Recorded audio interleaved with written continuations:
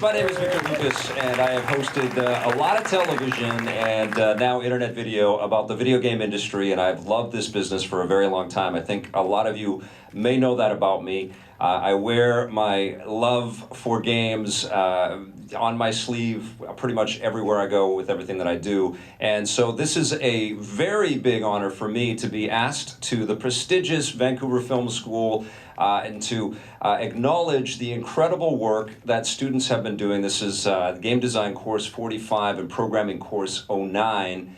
They've been working incredibly hard building some projects that they're going to show off, but also, and very importantly, we're going to get to know the people involved in making these games a little bit, which I think is also incredibly cool about tonight.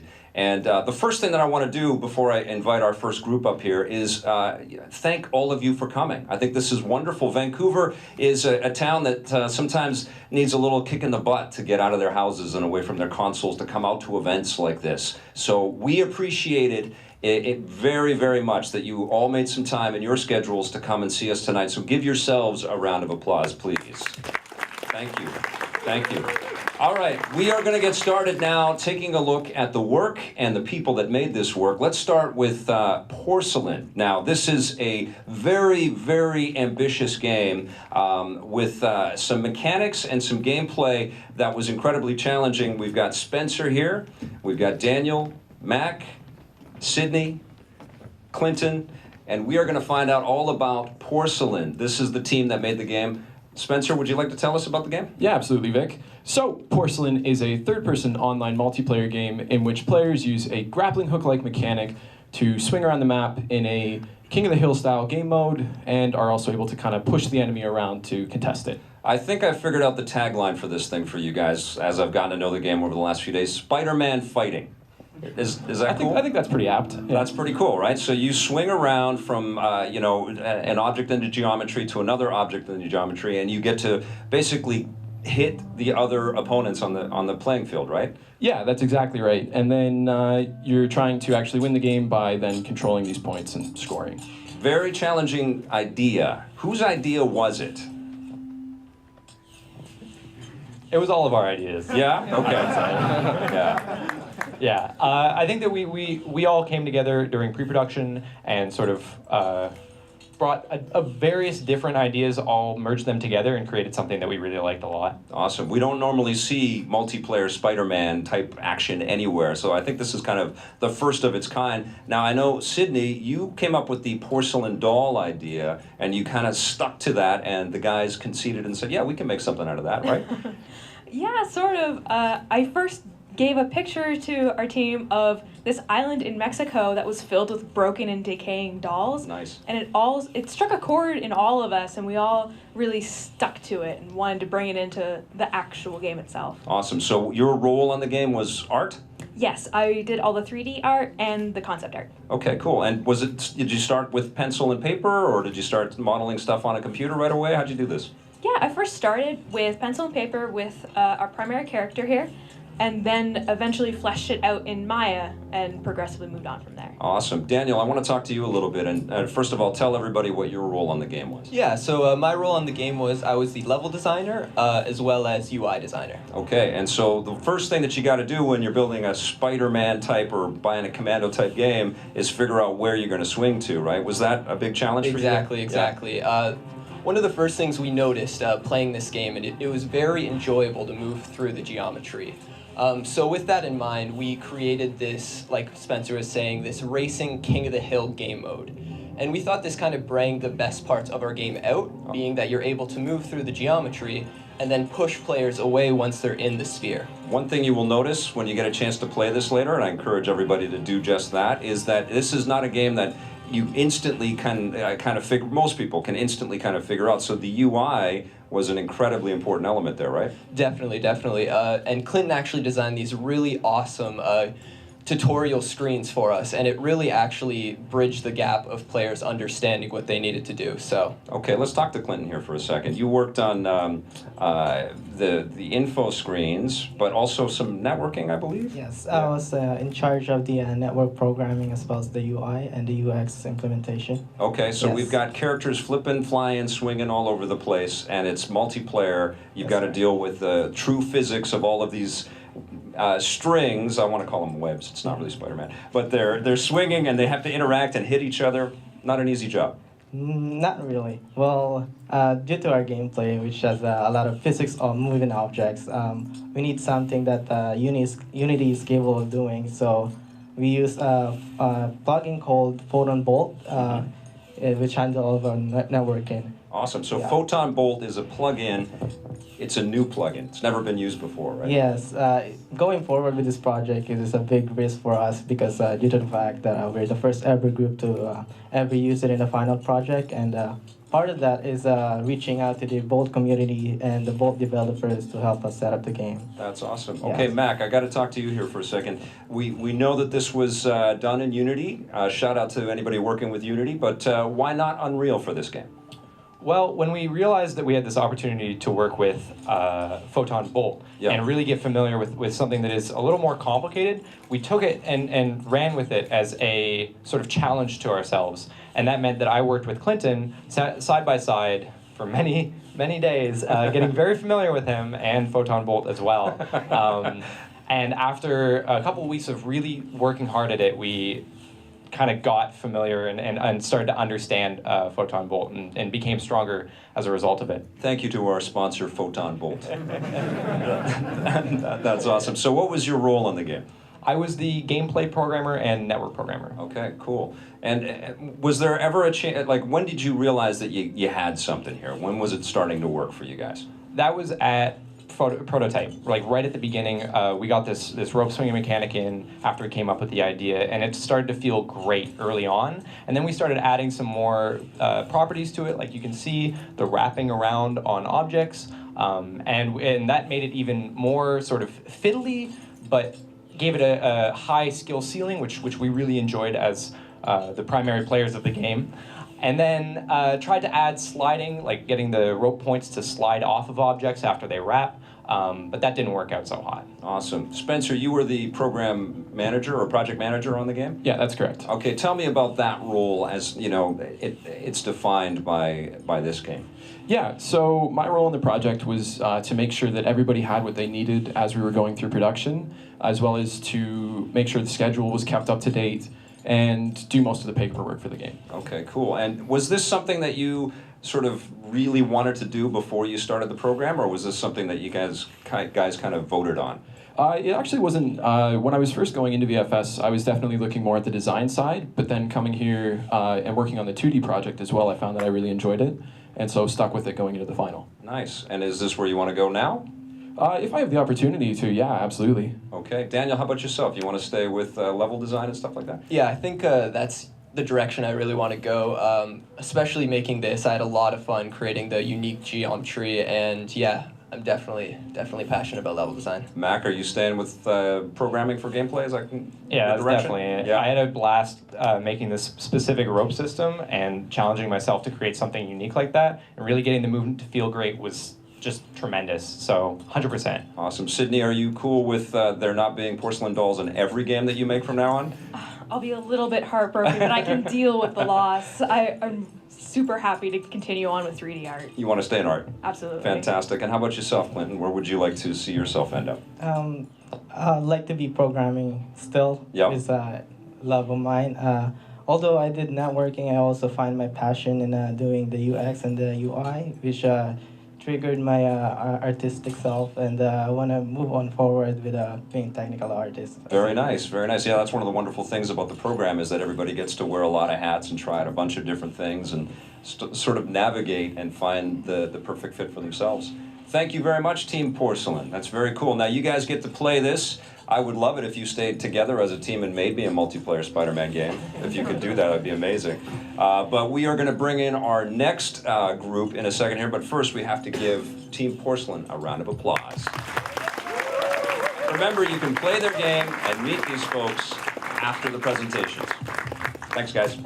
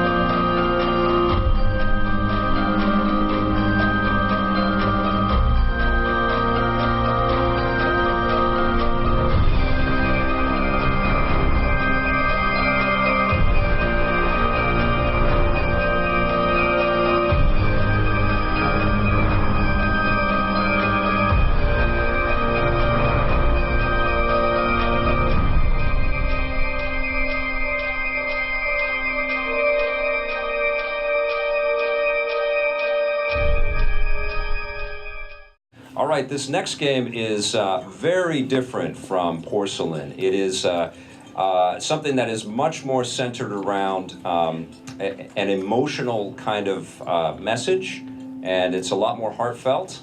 Can I have the team for Composure at the ready? Let's take a quick look at Composure.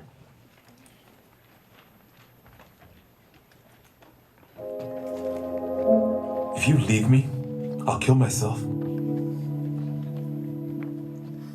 I need space, Jason. This is tearing me apart. It's all about you. I could have had any girl I wanted. So go for it. Don't you dare. I'm leaving. Cool, please welcome to the stage the team behind Composure. This is Divya and this is Roberto. Good to see you both. Now, this is a little bit different with this team. As I said, we are talking about a game that is very minimalist in its artistic design and sort of its art, but it's really narrative driven, and we've got two writers on here. Is that correct, Divya? Yes, that is correct. And the way we went about it was that we divided the scenes between us once we knew the message that we wanted to convey. And then we passed it back and forth between us so that we not only got another opinion, but we could also stay true to what we wanted to create in that scene. Roberto, you're dealing with sensitive subject matter, and there's probably going to be a lot of people shocked as they sort of encounter the details in the game. How was it to navigate that world as a writer for yourself? Yeah, it was really interesting because neither Divya and I had that kind of experience before. So we decided to go ask people that we knew that had that kind of experience and make sure that we were trying to be respectful to them and ask the right questions and keep an open mind about it. Divya, can you tell me a little bit about the research that you did to get yourself in the mindset to make a game like this? We spoke to a lot of people who had suffered from emotional abuse, and we tried to understand what had happened with them in their real lives and then write it from there. And for us, this was really helpful because then we have players who played it and said it reminded them of actual events that they had personally gone through. And I mean, what more can you ask for as a writer? With the game design, one of the things that I really appreciate about this, there's a couple things. I love the fact that it's set obviously in Vancouver and there's a lot of familiar objects and locations in here, but there is also this idea that memories manifest in the objects that you've created in there. How sort of far into the development process did you determine that that was going to be the way that you progressed into the story? It was pretty early in the development stage actually because we really wanted to show that Michelle had that kind of past before, and we really wanted to understand that background of her. So we made sure that people would understand what happened in the past of that relationship before the breakup, and how would that shape up the future of her personality, and even how would she react if Jason came in and faced her again. Awesome. Now, obviously, one of the things that's apparent in this game is that you are dealing with voice actors that played these parts. I want to hear from you, Divya, about how it feels to have actors bring your words to life. Oh, it feels amazing. There's probably nothing better than that because you have a line in your mind, but it only comes to life once an actor says it. And then to think that people are going to be interacting with those lines, it just fills the process completely. And for us, we had some amazing actors that we worked with, students from the VFS acting program. That's great. And to see them, because they brought their own magic and they brought their own style to it. And we were very open with all our collaborators, saying that wherever you want to take it or whatever changes you feel come naturally to you, we're more than willing to make those changes and make the whole thing shine. So you were actually changing text based on some improv in the booth? Oh, definitely. Yeah. One of the things that we wanted to help with the actors is make sure that they had freedom to improvise and bring in their own ideas to the project. So yeah, we gave them freedom, and they made an amazing development to the project as well. I get the sense from both of you, because you made a very calculated choice to stay together as a writing team, that this is the direction you would like your careers to go from here. Do you want to stay in this sort of mature sensibility playing field, or are you open to writing for, let's say FIFA Street, if EA ever wants to make us another FIFA Street? That would be awesome. Personally, I'd love to be a game writer, and I am open to all kinds of projects. It's what you can bring to a brief that somebody has given you. And you can always put that magic into any brief that you're given. Awesome. So I'd love to do that. What about you, Roberto? Are you kind of sort of interested in exploring more of this mature kind of landscape out there? Oh, definitely. I think that games are the most powerful media out there because it's interactive and we put the player first always. So I love this kind of non-linear and dialogue branching stories in games, but I also love some amazing linear games, so of course I would love to do that. One of the things that influenced this development was Firewatch, and I understand that you had an encounter with Nels Anderson, yes? Yes. We were lucky enough to have him play the game, and the only feedback he gave us was that he would love to have even more of it.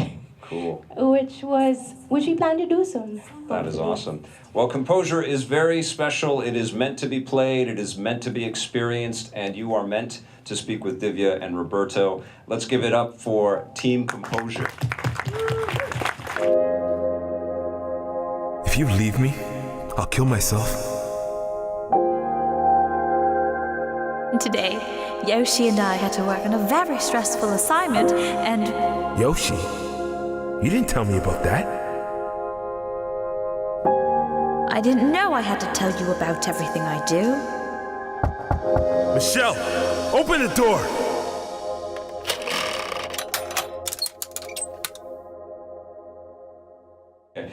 We are going to switch now from a very, very emotional and mature type of game design to something completely different. This is a racing experience like you've never played before. This is called Mach X, and let's welcome the team that made the game up to the stage. Come up, you guys. Oh, look at that. They're branded already. They understand how this business works. Good to meet you. Good to see you. Louise, Willie, how you doing? Good to see you, Mark. Okay, good. Awesome. So this is a racing game, and the first thing that you're kind of thinking about when you're looking at it is it looks like a futuristic racing game that we've seen before, but it's not quite like that. Who would like to tell us about Mach X? I would.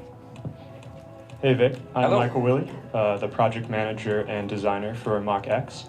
So Mach X is a co-op combat racing game. So you pair up with a partner, one person driving the vehicle, the other operating the turret on the back. 8 players total, and overall it's a whole lot of fun with all 4 vehicles going in at each other at the same time. That's super cool. Now, when you say a co-op combat racing game, I'm thinking that's set in the future. I'm thinking Wipeout fused with Mario Kart Double Dash. Was that sort of the design document right there? Hit the nail on the head. Very cool. How did you guys determine that this was the direction that you wanted to go with this title? So with the direction for all of this, we were doing a whole lot of conceptualizing. Actually, I'd want to pass it to Jorge a bit more about the art side of that. Absolutely. Jorge, tell us about the look and feel of the art in this game. Yes, thank you, Willie. Thank you, Vic. My name is Jorge. I took on the role of artist for this game. When we first imagined the universe of Mac X, we wanted a futuristic city with a clean energy style, but we didn't want to step too much into the fantasy stuff. So we had a big challenge here. The answer for that was working with two amazing concept artists, Mario and Emre. Thank you guys for their work. Where did you find these concept artists? One is a friend of mine, one is an excellent student of BFS. Very nice. Okay, yeah, cool. Thank you. Awesome. After their concepts and our ideas, we came up together with a city that is called Art Like City. And you actually believe that it's gonna be like somehow a feeling of, you could say Vancouver in 3,000 years or something like that. Nice. All right, so you race in this game, and one person pilots the craft and the other person pilots the turret, basically, and that's not something that we get to do in combat racing games too often. Let's talk a little bit about some of the programming and elements behind the scenes with Luis here. Okay, I'm Luis. I took the role of gameplay programmer and audio programmer. Oh yeah, so the second pillar of our game is a combat system. Mm-hmm. So we were able to implement two weapons, a machine gun and a missile launcher, as well as a defense weapon, which is a barrier. For the machine gun is just a regular weapon with a low damage. It's the basic weapon of the game. And the missile launcher is a special weapon that it has a really big damage for the other opponents, but also has a special ability of the player can actually change the direction of the projectile while it's in the air. Very cool. Now, you say machine gun and missiles like it's no big deal, but you guys must have had a blast coming up with the sounds and seeing the effects that you could pull off with these different weapons. Oh yeah, of course, like the biggest challenge of the combat system actually was to being able to implement all the feedback for these two weapons, actually creating the proper feel for these for the weapons, for the impacts, for the effects that we wanted, the big explosions for the missile launcher, or the feel of the machine gun that's at a fast pace bullet. So it was quite a challenge also in the audio aspect. You've got the ability to loop around on your tracks and stuff like that. Can you tell us about some of the gameplay decisions that went into your programming? Oh, actually, for the track, I think Jordan would be the best to answer this question. Let's talk to Jordan. You've got looping tracks. You've got a turret that's operable by a different person. Tell us about some of the mechanics and the minutiae of being able to navigate through the world that you've created. Yeah, absolutely. Hi, everybody. My name is Jordan. I took on the role of level designer, UI designer, and UI artist. For the track design, we really wanted a branching path to give players more options while racing through the game. We have pipes and upside down sections in the tracks as well. And the way our physics work is that if the vehicle stops, they'll stay attached to the track. When you were doing the level design, did the rest of the team ever say, no man, don't be crazy, you can't do all these different kinds of turns and twists and loops and things like that? Did they try to scale you back, or did anything go? Pretty much anything goes. These guys had my back the entire time, but we all worked on the tracks together, iterated on them together as a team. You've got two different tracks, and so that meant quite a bit of level design. What did you do to kind of vary things up? Yeah, we have two tracks. We're showing Arc Lakes Central here right now. We also have Waterfront, which we'll show later. Waterfront is more compact, more faster, more branching areas, and this one here tonight is more elongated, longer section. Yeah. Awesome. Now, are you planning to stay with level design, or hoping to stay with level design, or would you like to go into UI a little bit more? What are your thoughts? I would actually like to venture out into UI design and art more than level design. Well, networking is a huge deal with this game. Mark, I think you were the man that was responsible for making sure that everybody was talking to each other and working properly. That is correct. So my role on the team was network programmer as well as gameplay programmer. And it was indeed a big challenge. We have physics-based vehicles that have to support 2 players per vehicle over the network, which some of you probably know is a huge challenge. We tried a bunch of different things. We learned a lot along the way, and I think by the end we got a pretty good result out of it. How do you make sure that both sides of the equation are having fun and that they're getting all of the feedback that they want so that they're having a satisfactory gameplay experience? For the feedback, I would say it's mostly UI feedback as well as effects feedback. Yeah. I got the chance to also work a bit on effects for this project. So I got to make the shield for the vehicle and the missile effects, which was a lot of fun as well. So technical art is fun. And that's where you want to go, I think, right? You want to go and stay in the technical art field? I'm pretty open to both sides, actually. I like the programming side a lot, okay. But I also very much enjoy the visual aspect of it and making art through code. Awesome. Willie, I want to find out a little bit about your work on the game. You were the project manager. Is this something that you saw for yourself before you applied at VFS, that you wanted to kind of lead a team and move in this direction? Yeah, I definitely thought that I had a lot of fun with the project manager kind of role. Yeah.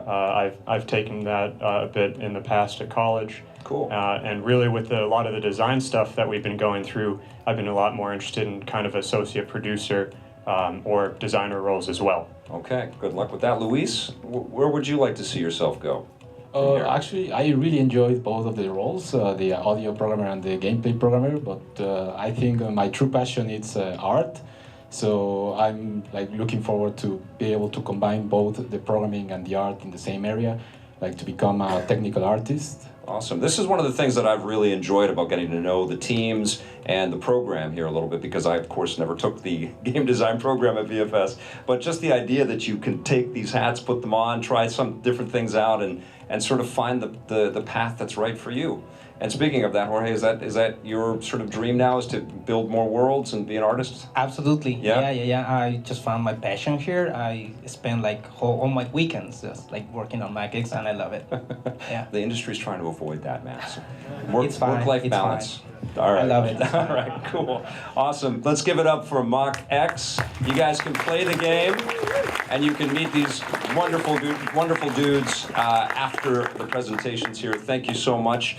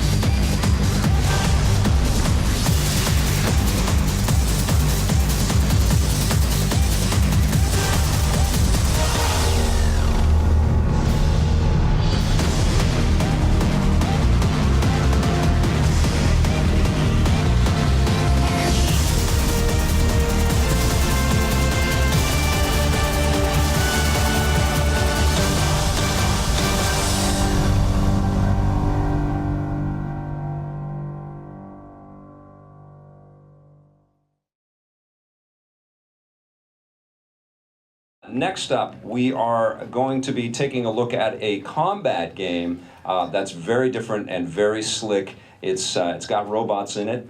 It's got a giant floating octopus boss in it, and lots of cool design. Let's welcome to the stage Team Hexastella.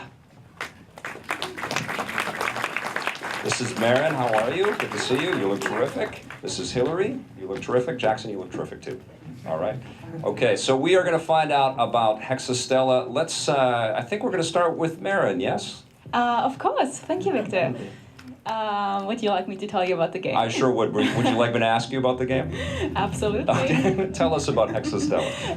Yeah, Hexastella is a hack and slash boss rush game where the player plays as G64, a robot tasked with defeating Xenandros, the evil boss you see up here soon. So what was your role on the game? I was the artist and project manager on Hexastella. Can you tell me a little bit about sort of the philosophy, because you're kind of conceptualizing everything. What were you aiming for? What did you want to build with the art? Well, for the player character, I wanted players to just feel really cool when playing her.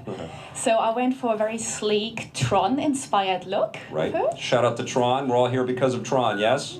If we're honest. Come on, are we being honest? We're all here because of Tron. Yeah, okay. I see hands going up Yes. here. Very good. And for the boss, I took a bit of a look at Pacific Rim. Nice. It's like I personally find the deep sea terrifying, but jellyfish are not so terrifying, so that's what we based our boss on. Okay, cool. Let's talk to Jackson here for a second and tell us your role on the game. For sure. So me and Hillary worked together for all the programming aspects of the game.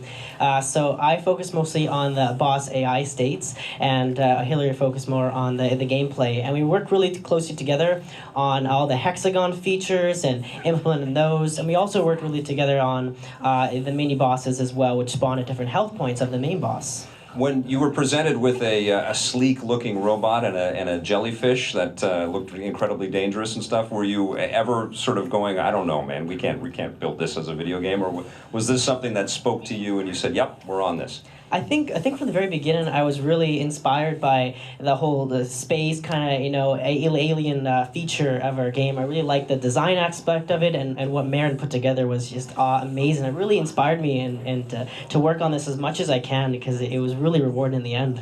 Very cool. Tell me about what makes a good boss now that you have made one for your very own video game. Well, I think at the start we had to really figure out how the player was going to interact with the boss. So we had different animations and different particle effects for each state the boss was in. Yep. But you didn't want to make it too hard for the player. Didn't want to make it too easy. So we had to do a lot of refactor in our code and several times in order to make it just feel right for the player. Awesome. Now, Hillary, you worked as a programmer as well. Now, there are a lot of complex systems in here. You've got hacking and slashing and dodging and stuff. Tell me a little bit about the challenges of your role. So as Jackson said, I work on the gameplay. I also did UI and the sound programming. So the combat, that was one of the main things I was focusing on. Yep. And it changed a lot from the beginning. We actually had quite a bunch of mechanics for the player to try out. But as we went along, we kind of just kept to the ones that made sense for kind of fast gameplay, and the ones that just seemed to be very fun for people to use. And how did you determine on what was fun? Was it just sitting and play testing? And you guys, nobody mentions that they're a tester of their own game, but you really have to test and test and test, right? Yes, we played it quite a lot over the development, and yeah, we just kind of looked at what we were actually using the most. So cool. Tell me about the idea of sword play and doing the gameplay programming to allow for some kick-ass hacking and slashing. Yeah, so we found out that sword combat was actually really hard. So that was in itself a challenge. But we had a lot of help from our mentors. So they knew what to do with it, so thank you. Yeah, shout out to the mentors. I think we have some in the audience, which is fantastic. Okay, cool. Now you've got some, I want to talk to Maren a little bit about the animation, because not only did you create these characters, conceptualize them, kind of build our world for us, but you also animated pretty much everything in the game too, yeah? Yeah, that is true. I started by animating the boss. I wanted to give players a lot of feedback on what the boss was about to do. So I wanted there to be a wind-up on the animation so the player can get ready to evade and form a strategy about not getting hit so much. For the player, I wanted players to just feel really cool playing her. So everything she does has to be just like a little bit extra and over the top. She has 5 different attack animations that form a combo. And I think the last animation I made was actually the dodge roll, and it's probably my favorite animation of them all. How did you do all of the animations? Was that Maya? Yeah, those are hand animated in Maya. Very cool. And I'm curious, for the people that actually work in the video game business, how many game design documents have we want to make the player feel cool as one of the tenants. Because I think that should be a pretty important part, right? It's very cool. Okay, Jackson, so you worked on Boss AI and gameplay programming. Is this the direction now that you're about to be jettisoned out into the real world soon and look for gigs and work on other games? Is that where you want to stay? Well, I think when I first started at VFS, I came in from a web and mobile background of programming. Okay. But throughout the whole process of making this game, I really fell in love with game programming, but also not only that, UI and UX, and I really understand that aspect of it too. And I'd love to continue down either path, whatever it takes me. So. Awesome. And Hillary, you're a programmer now. Is that the way that you would like to be defined, making and programming more games like this? Definitely. I've enjoyed it my year here in VFS and have come to love programming. And I've also got quite into the designing of the game, so I would also love to do that. So basically everything. Everything. Yeah, pretty much. Okay, cool. Marin, are you looking to continue on as an artist in the games industry? Definitely. Well, the project management part of my role was a really good challenge for me.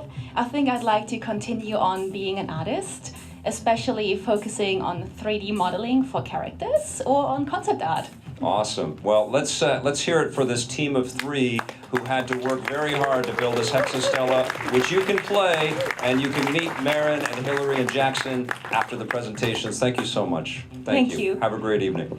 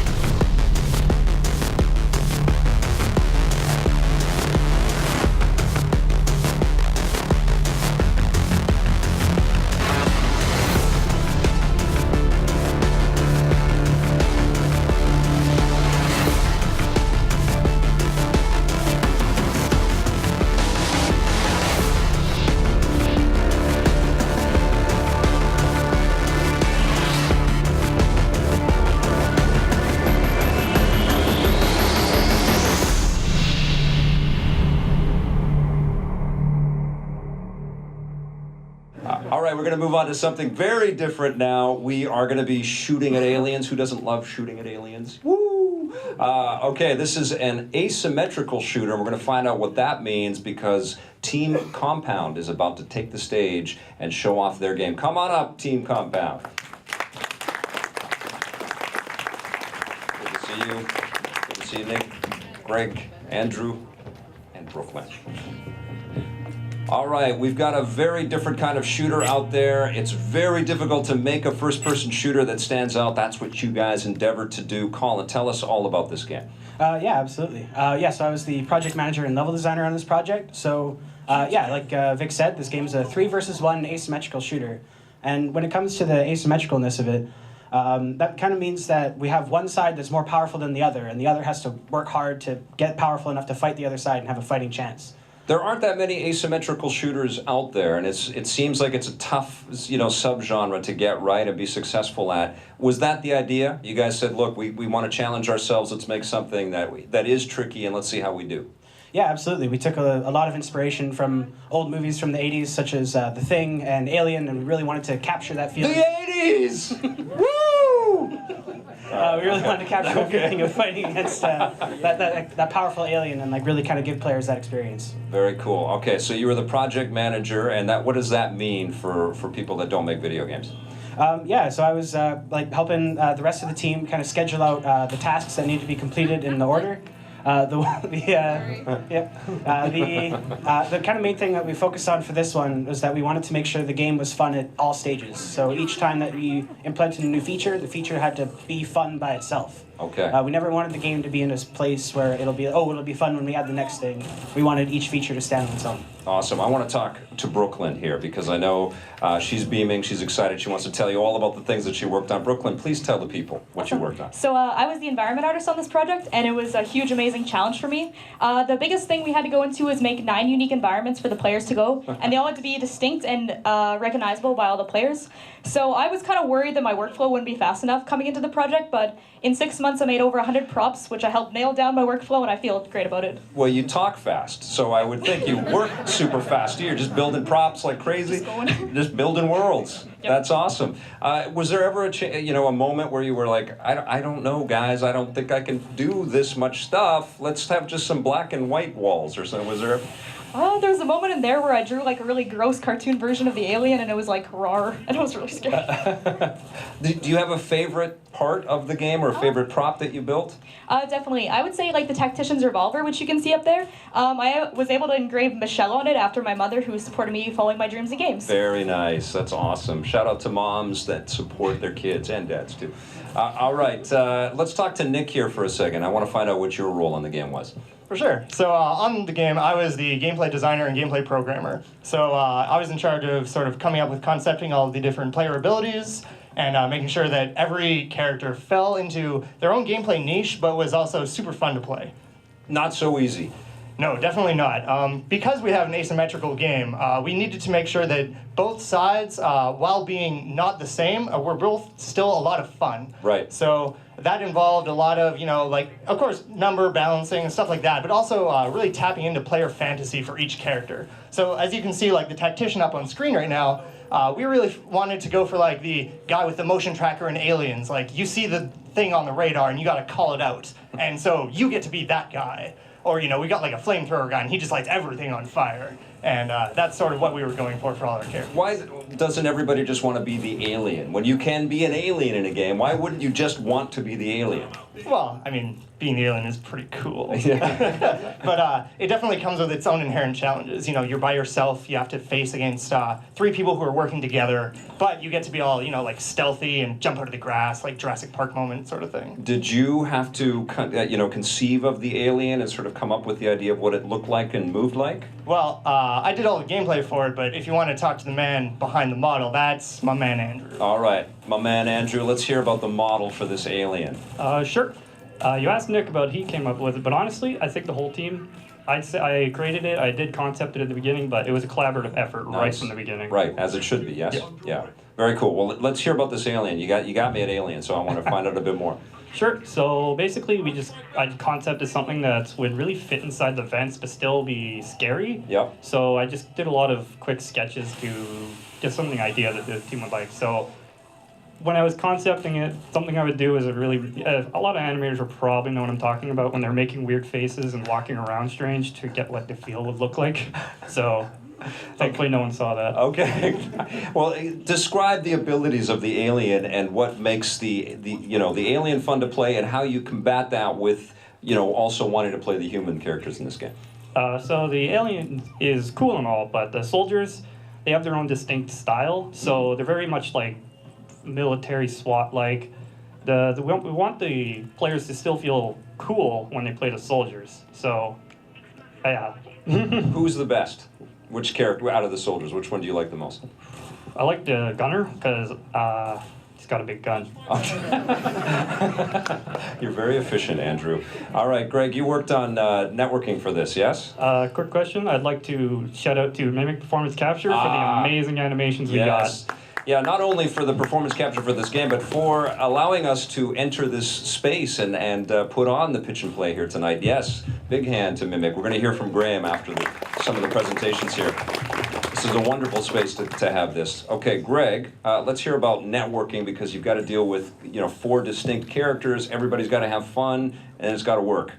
Yeah, so I was the network programmer as well as the UI designer and programmer on the project.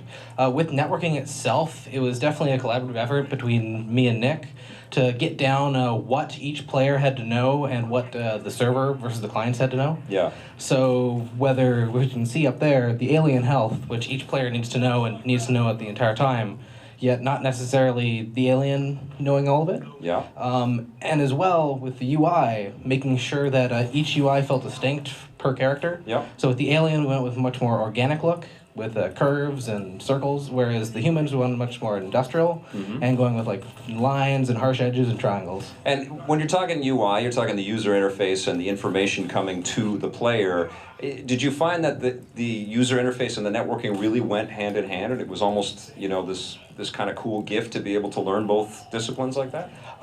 Yes, actually. There is a lot of stuff happening in the background. Yeah. But for the most part, when we needed to say, well, this person needs to know this and everyone needs to know this, it was always a part of the UI working with that. Yeah. As well as making sure that gameplay also impacted it. Awesome. Colin, let's go back to you for a second here. Now, this is a game, and I think we have to reinforce that with all of the games here tonight, made in 12 weeks? 16 weeks? Yeah, we had a little over 5 months to work on these. Okay, all right. 5 people made a first-person shooter. How is that even possible, and how did you start? A big part of it was when we were kind of choosing the engine that we wanted to use. We saw that Unreal had just a ton of first-person shooter support. And so when it came to choosing the engine, Unreal was definitely our first choice. Okay, well, tell me they didn't have just like the military models and the alien model, and you just slapped them in. No, you guys didn't cheat like that, right? We didn't. No, Okay, all right. Andrew did an amazing job with those models. Okay, cool. But you chose Unreal, you know, and not Unity specifically because you wanted to make a shooter in this direction. We ended up choosing it because of the short, kind of the scope of the project that we wanted to make compared to the amount of time that we had. Yep. Unreal had more built in for support of making a first-person shooter in its gameplay. Awesome. Now, is this what you'd like to stay in, this part of the field, in project management or producing or game design? Where would you like to go from here? Yeah, absolutely. Continuing on with the project management or the production side is definitely like where I found my passion here at TFS. Very nice. We're getting the credits. I think your names are going to come up like 50 times. Is that what's about to happen? Cool. Nick, you want to stay with gameplay programming? Absolutely, yeah. Gameplay programming, gameplay design. I love it. Like, I grew up playing Halo, so getting to make a first-person shooter was incredible. Nice. We've got some first-person shooter people in the crowd, and I know that they're going to be anxious to talk with you guys after. What would you like to do, Greg? Would you like to stay with networking or go into UI or something else? During this project, I really kind of fell in love with the UI, both in design and programming of it, and just the information that I get to show the player just through the object of the game and just in-world. Awesome. Andrew, are we going to see something embarrassing come up in the credits at some point here? No, we just... No. Okay. This is dancing that I really wanted in, so... Okay. Now, do you want to stay with character design and modeling and art and that kind of stuff? Absolutely. It's just my passion for as long as I can remember. Awesome. Brooklyn, I already know the answer to this. Yes. You want to make worlds for as long as people will let you make worlds. Definitely. Very cool. Well, guys, it's been a pleasure to meet you, and congratulations on the success of this project. I know you're going to have many, many more. Let's hear it for Team Compound. Awesome. Thanks, everybody.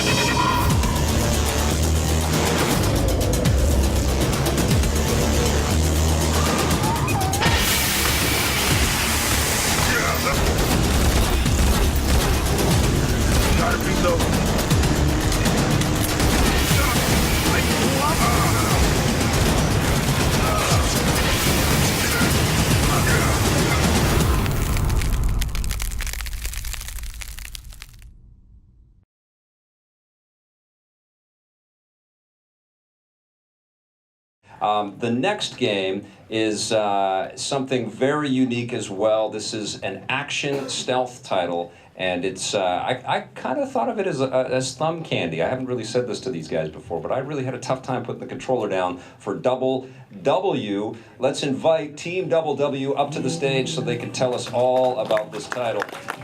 Adam, Matthias, Rodolfo, and Aaron. Yes, good to see you guys. Now, this is a totally rad game. Guys got parachute pants and a backwards baseball cap. Out of the 90s. 90s are cool too. Adam, tell us about Double W. Absolutely. So Double W is a third-person stealth game set inside a virtual world. It was made using the Unity engine. Something we really want to take advantage of is the virtual world itself. So we do a lot of things that we can kind of show the player what exactly is going on a lot easier. For example, you can clearly see the sound that surrounds the player, which is very important for a stealth game. But a lot of stealth games they tend to hide that to feel more realistic, but inside a video game, it fits in well. Who is the biggest Metal Gear Solid fan in the team? I have to say it's probably our artist Rodolfo here. He just loves them. He used to play a lot of the Metal Gear Solid VR missions, and that's kind of where we got a lot of inspiration from. Okay, let's talk to Rodolfo here for a second. Was this a dream of yours? Ever since you played some of the old Metal Gear games, you wanted to make something in this vein?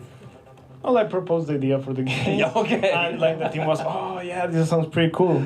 Nice. So they were happy with it, and we went with it. Awesome. Now you've got a conceit of the 90s. You've got these crazy characters. There's lots of floppy disks and things like that in this game. Was that all something that came out of the first blush with the design for the title, or did it sort of come through iteration? Well, there was iteration for it. Yeah. The team felt like we should get more over the top with it. So every time it's like, yeah, remember the floppy disks? Add one. Cool. And then it's like, you saw the Prince of Bel-Air? Yeah. I want my character to look like it. So, yeah, our character is inspired by the Prince of Bel-Air. That's awesome. Will Smith would be so happy to hear that. That's incredible. All right, so you worked on the art for the game. Does that mean that you worked on all the robots and the characters and animation for everything too, or was that shared with somebody else? Oh, for robots and the objects and stuff? Yeah. I worked on them. Yep. But for animation, it was a huge collaboration. Yeah. We had Matthias. Okay. So here, Matthias, he implemented the animations like early on. He wanted the character to move and to be fun. Yeah. Since the very beginning. Nice. And then we have Adam. I'm happy he gave his time. Doing assets it's time consuming, so I was pretty happy when he said, I'll do the animations. So our robots, he animated them. And he also got the chance to work with the Mimic Studio right here. Very cool. Yeah, that's something, we should pause here for a second and just talk about how damn cool that is, because this studio is new, and they actually, this is the first game design course, I think, that got to use motion capture captured right here in the studio. And Adam, I think you had to deal with that data, right? Tell us a little bit about working with motion capture data and what that means. So sure, absolutely. So motion capture, it's once it's all filmed and shot, the files are kind of messy, and there's a lot of cleanup involved. Which is very time consuming, but I actually kind of enjoyed it. This is my first time really animating things. But like I said, it's a lot of fun, and it's a great skill to know. Awesome. Well, speaking of fun, this game is fun, and I noticed that right away. Matthias, I want to talk a little bit about manipulating your character, running up walls, moving much faster than you think when you first glimpse at the screen. Yeah, so for programming, we decided to make all of this stealthy experience a little more action-based. We didn't want the player to wait for the robots to move and just wait for the perfect moment to keep going. We wanted to take the chance of go there and hack them or run through them and hiding in a hiding spot and that kind of cool stuff. That's awesome. Yeah, the platforming element, that platforming sort of coat of paint over this adds a totally fresh vibe. Was that something you had in the design right from the get-go? Yeah, but I think someone that is better at saying something about that is my level designer, Aaron. Awesome. Well, Aaron, I love how this team collaborates even on stage like this. This is terrific. Aaron, tell me, you worked on level design, but Was it an idea that you had to have, platforms so that the character would be jumping and leaping right from the get-go? Initially, no. We wanted to really just drive the stealth gameplay a lot. We wanted to force them to stealth, and it kind of grew a lot really boring at times because they wait for the Are you enemy throwing to shade go. at Hideo Kojima right now? Is that what you're doing? No, it's a fun game, but we wanted to go for a bit more of a new direction. Yes. So we started driving for the stealth action kind of gameplay for our game, and that's when we started doing a lot more of the jumping and running instead of the sneaking and hiding. It's so easy to say that, but I know it's not easy at all, especially with a 16-week production window. How do you know it's working? How did you know that you could pull this off and actually, have the character do have this much mobility? We knew it was working when a lot of playtesters started doing a lot more different types of ways to get through our challenges. They'd still stealth at times, but they also run and use our vast mechanics to get past the enemies instead of just sneaking, like hacking and throwing a teleporter to get over them or something. Yeah. Tell me about the sort of iteration on the level design, because I don't think you guys started. One of the cool things about this game, which you'll be able to discover for yourselves, is that it's very level-based, and you complete a level, you get to the next one, you're kind of challenging yourself in an old school kind of, very 90s kind of way, which I dug, but it wasn't always like that, right? No, it was initially open, and we wanted to encourage exploration throughout our levels, but players would just get lost a lot, so that's when we started going for the more linear-based and segmenting the challenges by rooms, which made iteration a lot more easy as they were separated. So awesome. Now, level design, did you find a love for it? Yeah. Is that where you want to stay? Yeah, definitely like to stay in level design and probably go into a lot more of a visual scripting. Very cool. Base. Very cool. Now, Rodolfo, I know that you have more of a programming background, but is art kind of calling to you now? Do you want to become an artist? Yo! No, so I love art a lot. It's like, if it looks nice, everyone loves it. So I had a chance to work with amazing aspiring artists in the production floor. Cool. They assist me with sometimes since I'm starting with it. But it's a lot of fun, so I would like to work like as a technical artist, to work with amazing artists. Combine. Yeah. Nice. Matthias, how about yourself? Yeah, I would love to stick with the programming role, especially gameplay and AI. I feel that those are my real passions, but yeah, that's what I would love to do. Very nice. Adam, are you interested in staying in sort of the producer kind of quadrant in that field?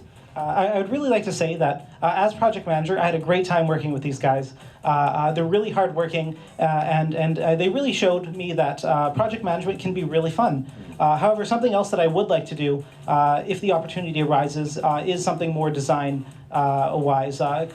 Example, level design is something I'd be very happy with as well. Very nice. Guys, your game is very special, and it's been a treat to get to know you. You guys all need to play Double W and meet this wonderful team. Thank you so much, you guys. Thank you.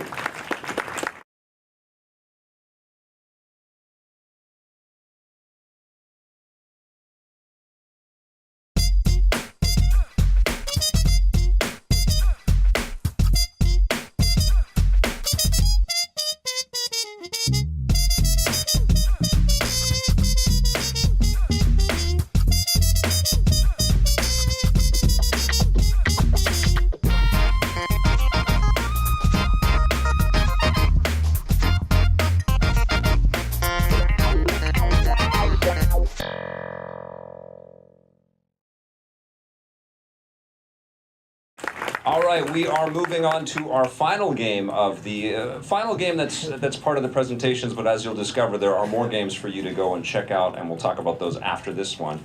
This is a game that actually took 6 people to make, and believe it or not, it's playable by 6 people at one time. It is an action sports title, and one of the cool things about this is that it has characters that you just don't normally see in action sports titles until the secret gets out, and then everybody's going to start making these things, different types of action sports titles with characters like this. Let's take a look at Unincredible and meet the team that built this game. Ross, good to see you. Salim, Carmine, Lynn, Baron, Daniel, you guys came up in a different order every single time. You're just trying to test me. I like it. It's nice. Okay, let's find out about Unincredible. Thank you. So my name is Carmine, and I took on the role of project manager and UX designer on the team. And Unincredible itself is a 3v3 third-person action sports brawler, where you take on the role of reject superheroes trying to prove themselves. And it's focused on this fun and comedical cartoon art style that you'll see on screen. Our biggest vision of the game, as we started, was a variety in characters, and we actually have 6 unique playable characters, each with their own abilities in the game. And that's one of our biggest visions. There are lots of action sports titles that you can kind of call up in your memory, and many of them were made right here in Vancouver. Many developers, I think, that worked on some of those titles might be in our audience today. How did you decide that this was your direction, and how did you sort of discern that you would, make your game different from the others out there? Yeah, for sure. There's obviously a lot of great sports games made in Vancouver. And one of our biggest things, or the main reason we picked this game, is it's something that we knew we loved, but it's also something that we knew that would challenge everyone on the team. As for the artists, like I said, 6 characters, lots of stuff there, programmers, network, 6 characters again, balancing it. And for myself, I got the awesome opportunity to work with not only the 6 of us on stage here, but also 14 additional collaborators that we had, and the Mimic Performance Capture Studio staff that helped us with animations. It was an amazing experience overall, and it challenged everyone, which is our favorite part of the project. Awesome. Well, superheroes is music to my ears. I don't know if you know that about me. Love them. One of the people that made so many superheroes in this game is with us right now. Lynn, tell us about what's it like to create superheroes, because we all want to know. Sorry? What's it like to create superheroes? I love superhero, and actually our game inspired by 1916 Adam West's Batman. Yay! Nice. I love character design, and our game is we want reject superhero. We want something different, and this character Batman here. Actually, I have a story about it. One day, our level designer Salim bring his bag for lunch, and I just cut the shape and then put the bag on Salim's head, and then here we go, our first character. That's very cool. And how did you come up with some of the other characters? Because I know that this is, the sky's the limit, literally, when you're coming up with superheroes. How did you come up with some of the others? We collect all the ideas we want first, and then merge them together into 6 heroes we want. Like they have different ability, different skill, attacker, defender, and support. Awesome. Now, is this what you would like to continue doing? Yeah, like sure. to stay in this sort of character conceptualization kind of field? Sure. I love character design, and I also learned a lot animation in this game as well. I did all the gameplay animation by hand and make in Maya, and then I also did mocap data for all the non-gameplay animations such as Taunt, Win, and Lose. Thank you again. Mimic Performance Capture Studio. Very nice. All right. Well, Salim, let's find out a little bit about your role on the title. Hey, Victor. Hey, everyone. So I was the level designer and the gameplay and systems designer in the team. When you're talking about a level, you're talking about an arena that has to kind of feel genuine, but it's not just a level sort of playing field. You're up in the air. You've got all kinds of abilities. Yeah. So the biggest challenge with level design was to create intimate spaces for players to fight over the objective, the ball, but at the same time suggest to them that, this is a team game. So in the most usual circumstance, you're going to achieve way more if you work together and communicate than if you go in solo.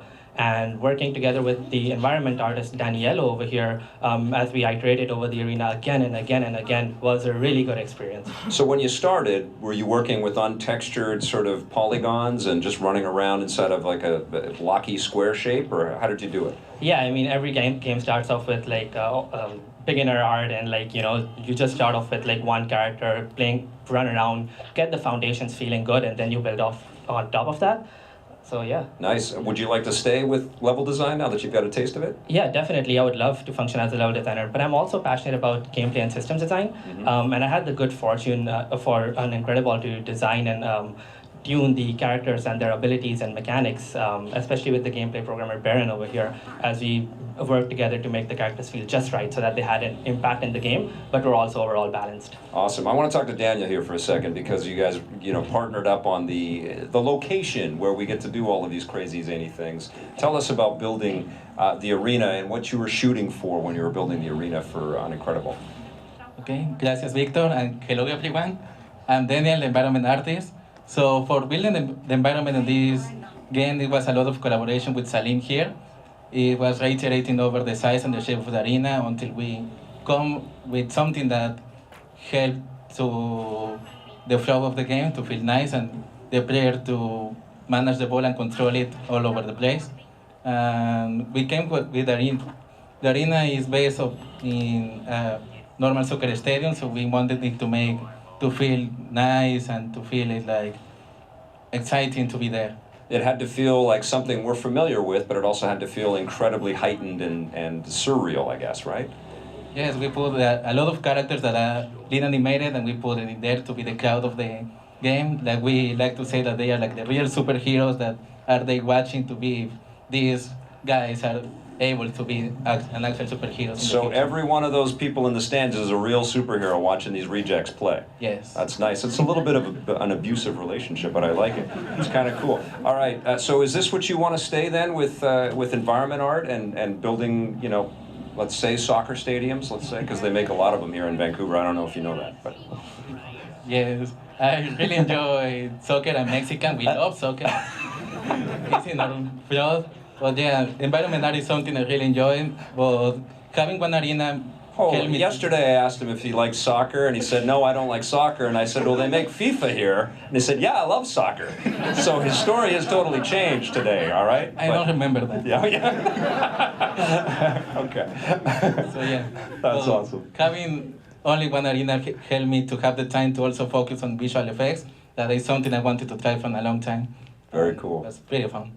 Awesome. Baron, let's find out about your role on this title. Sure. I was the gameplay programmer, and I did all the 6 unique abilities in the game that all the characters have, and I also added a camera and an aim assist. No aim assist, you're great, you're all perfect. So that the first comers could enjoy the game. That's crazy. So you've got all of these different characters that have totally different skill sets and abilities and movement styles. How do you still have hair? It's amazing. I don't know. How did you make it all sort of flow and work and feel good for everybody and every character that they chose? Well, since we had a really big scope with 6 characters and all these funky 6 abilities, I had to collaborate with our system designer quite a bit and make it really flexible for him so that he can tune all the values and make them all stand out and balanced at the same time. Very cool. Did you have a favorite of Lynn's characters? Bagman. Bagman. Okay, because you like Salim in a bag. I think is the deal. Okay. No comment. No comment. All right. Well, let's. Is this where you want to stay with gameplay programming? Absolutely. I love programming and working on this game, and I would love to stay in programming. That's nice. That's one of the things that I've discovered as I've gotten to know these guys is a lot of them got to kind of specialize and go into the direction that they wanted to, which is great. Let's talk to Ross over there. You, I think. You tell me, correct me if I'm wrong, but I think you helped everybody communicate with each other in this game. Yes, so my name's Ross. I took on the role of the network and UI programmer for Unincredible, and I had a great time with it. Neither of us programmers had actually used Unreal before we started this project, cool. So it was really great to get into a new engine and teach ourselves how to use it, and then once I got the network programming working and we had 6 players in there running around, then I was able to work on another system for delivering the custom voiceover sounds that we have from our amazing voice actors, as well as to distribute the haptic feedback appropriately. So if one of the really strong players hits one of the lightweight characters, the lightweight character is really gonna feel a knockback, and they're gonna feel like the other character is very powerful. How did you make sure that you've got I think one of the, you've got a lot of characters communicating and contacting each other throughout this game, but how did you work that out? Did you figure out 2 characters and then you stacked in another couple and then you stacked in another couple, or did you just throw 6 polygon blocks into a space and it magically worked? Yeah, so the way we started was we just started with 1 character, that was Backfire, Lynn's favorite character. Yeah. And so she got the animations and the model and texturing done for that. And so then everybody was just playing as Backfire for a while. And then once we got the model and everything done and the abilities, Baron did the abilities, then we put in Bagman. And so then we just kind of kept adding 1. We made sure we had 1 attacker, 1 support, and 1 tank in there first so we could do some balancing. Yeah. And then we added in the final 3 characters. Very cool. Now, is this what you want to stay doing, network programming, UI programming, or programming in general? Yeah, I love programming. I love working on those challenges, trying to tackle those and find creative ways to solve them.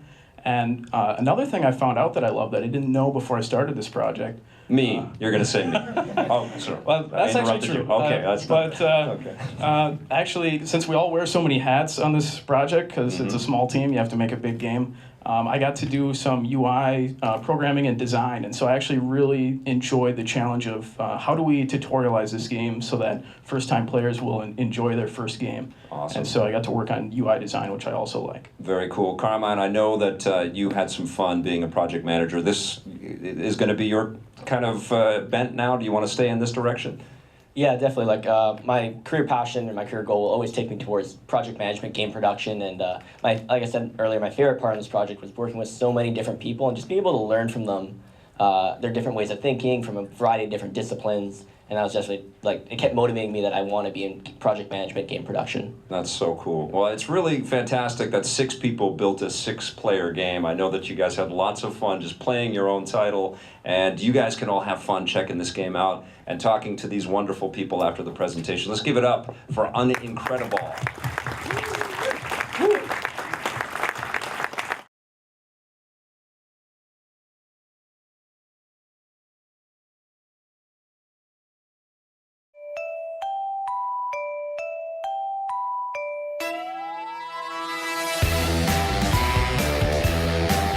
This is too easy. Can't stop! Won't stop! Keep up with the beat. Let's get some food! Smell this. Kapow!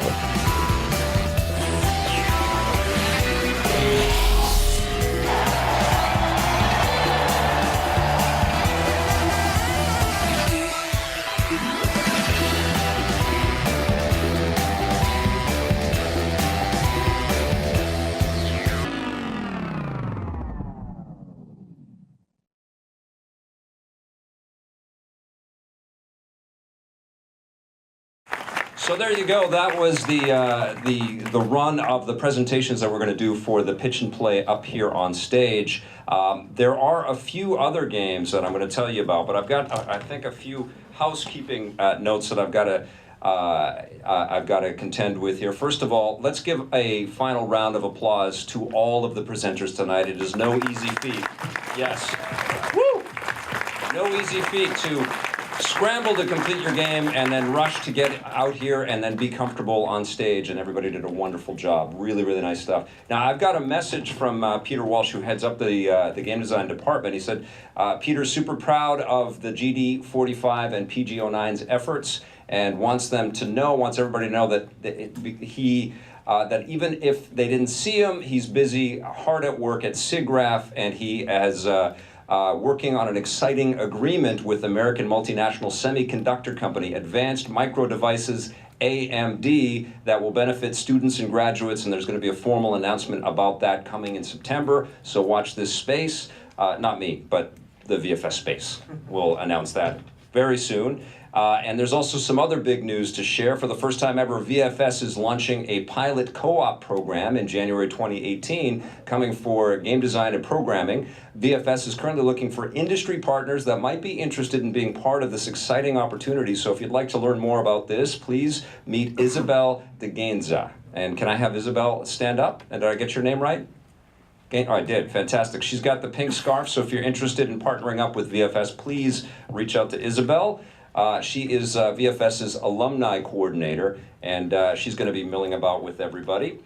We also want to give a huge, and I think this is probably going to be the final huge thanks to Mimic, because they were like a co-star throughout this whole night tonight. But yes, Mimic rocked for having everybody in here. It's a big deal to kind of give up time and space to allow everybody to come in and present like this. So we want to thank Mimic, and we've got Graham Qualley, who works here at Mimic, is going to come up and say a few words. Come on up, Graham.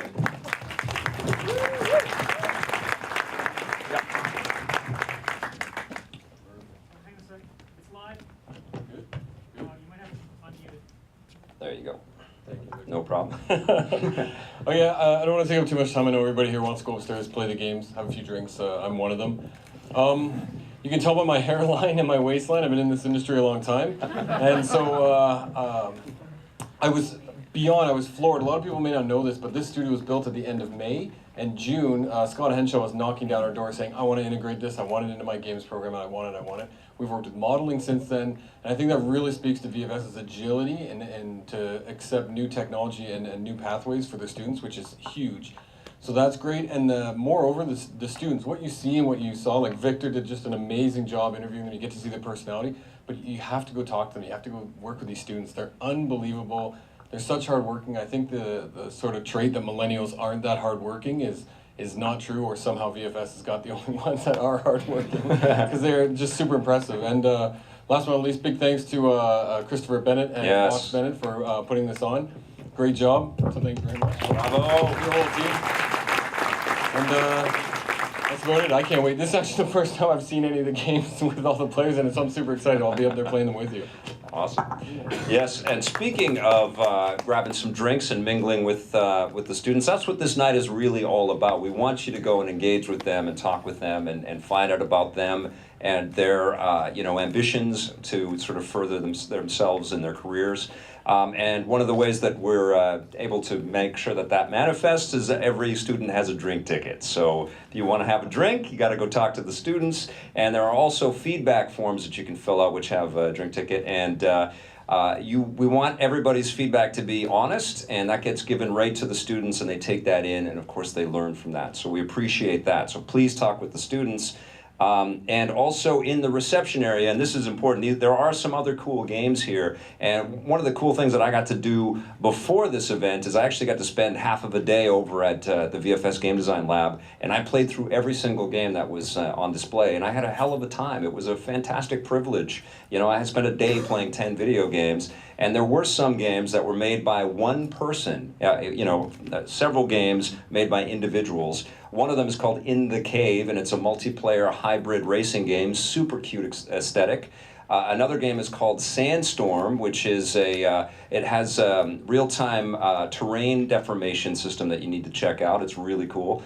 And then there was an assortment of gameplay and web tools that were created for composure. It wasn't just the work of the two writers that were up on stage. There actually is some really cool back-end architecture, so you got to check that out. There's another game called Caladan, which is a two-person hack-and-slash game, and a really interesting game called Feather, and it's a flying game that features an authentic First Nations language, and I think it's the first time in VFS's history that they've ever done a game like that, which is really cool. Now, it is my pleasure to thank all of you for watching the Pitch and Play tonight and for being such, a welcome and appreciative audience. And all the students, thank you. All of the staff at VFS, thanks you. And I thank you. Thank you so much, everybody. Have a great time tonight.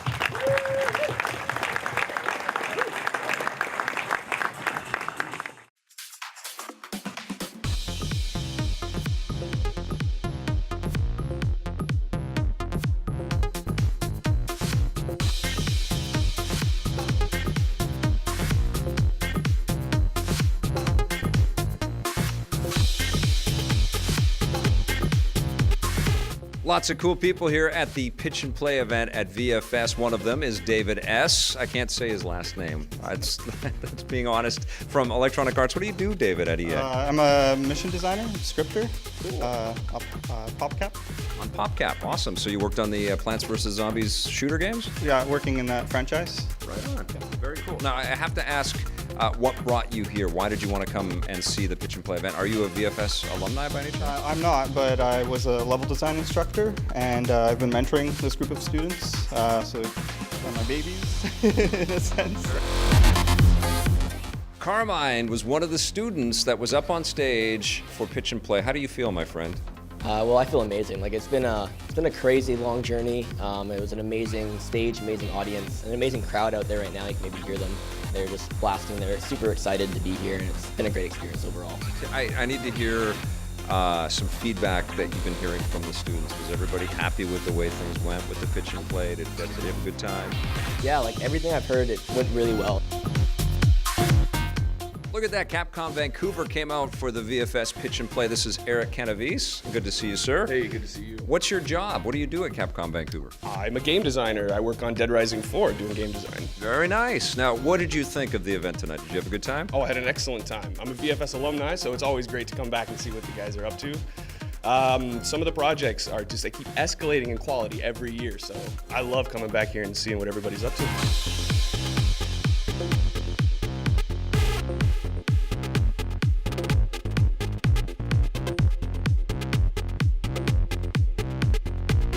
Christopher Mitchell is one of the gentlemen that runs the game design program here at VFS. Congratulations on another pitch and play event. How do you feel? Oh, I feel unbelievably relieved. You have no idea. I'm a bundle of nerves until the last team's on stage. And worse, I have to hide that. I have to just look like this font of confidence and try to pour energy on all the teams going on stage. Yeah. And then the second the last one's there, I almost sat down on the floor while we were in the room there because I could finally relax. Finally relax. Is it kind of like you're launching ships?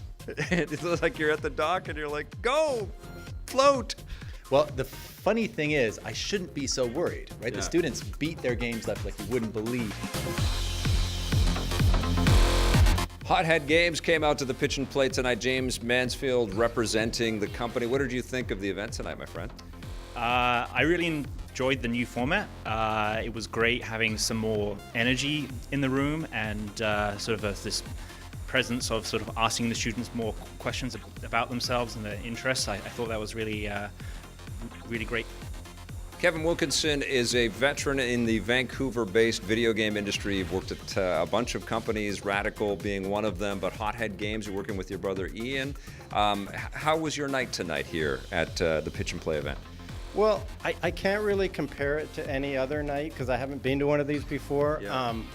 But it exceeded my expectations. Honestly, I was really impressed with the students getting up there. I know how difficult that is, standing up there and presenting your game, your ideas, what you went through, and in such a short period of time. Yeah. You know, I think they probably had 8 to 10 minutes to talk through, their hard work, and I was really impressed. And I did hear from some of the professors that, there was some time spent on the presentation itself, which is really important.